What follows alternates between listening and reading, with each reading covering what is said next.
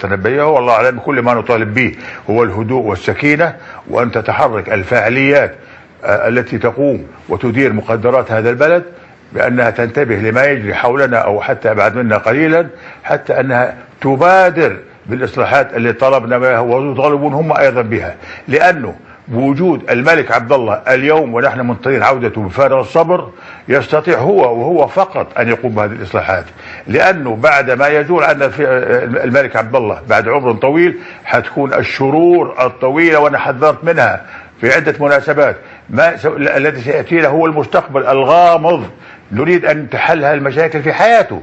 يجب أن ينفتح مجال الحوار الشفاف الصريح حتى نصل إلى مبتغانا. طيب، كل هذه المطالب يمكن تحقيقها أو قسما منها عندما نفتح باب الحوار. يعني هل تتحدث ما دام باب الحوار مغلق؟ طيب، أنا أعطيك مثالا. أحدهم سألني مرة وقال: كيف تطلع في الشاشات والتلفزيون ولا تتكلم فيما بينكم؟ قلت: يا أخي اضمن لي أن هناك